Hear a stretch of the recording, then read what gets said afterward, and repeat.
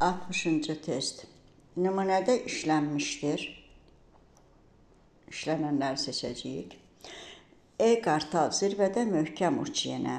Ey çəmən, süfrəni geniş aç yenə. Ey günəş, varlığa şəfəq saç yenə.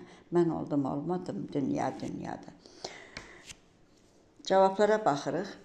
Bir anafora deyir. Misraların üçü ey sözü ilə başladığına görə bu cümlədir. Burada nümunədə anafora var. Deməli, bir bizim cavabımızdır.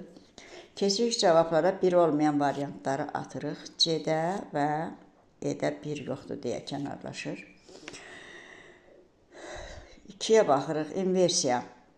Süfrəni geniş aç yenə, aç xəbəri cümlənin sonunda deyil deyə, cümlədə nümunədə inversiya var. Deməli, 2 də bizim cavabımızdır. İndi 2 olmayan variantı kənarlaşdıracağıq. D-də 2 yoxdur, ona görə D kənarlaşır. Və cavabımız A və B arasında seçim tələb eləyir.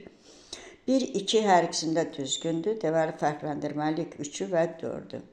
3 metonimiya deyir, 4 metafor. Metonimiya olmaq üçün biz orada daki şəkilsindən istifadə edəcəyik. Ey çəmən, süfrəni geniş aç yenə. Çəməndəkilər süfrəni aç demək olmaz. Amma çəmənin süfrə açması insana məxsus xüsusiyyətin deməli, köçürülməsidir. Ona görə burada metonimiya yoxdur, metafor var. Və düzgün cavab 1, 2, 4. Deməli, 3-ə görə A variantı kənarlaşdı. Düzgün cavabımız B variantı.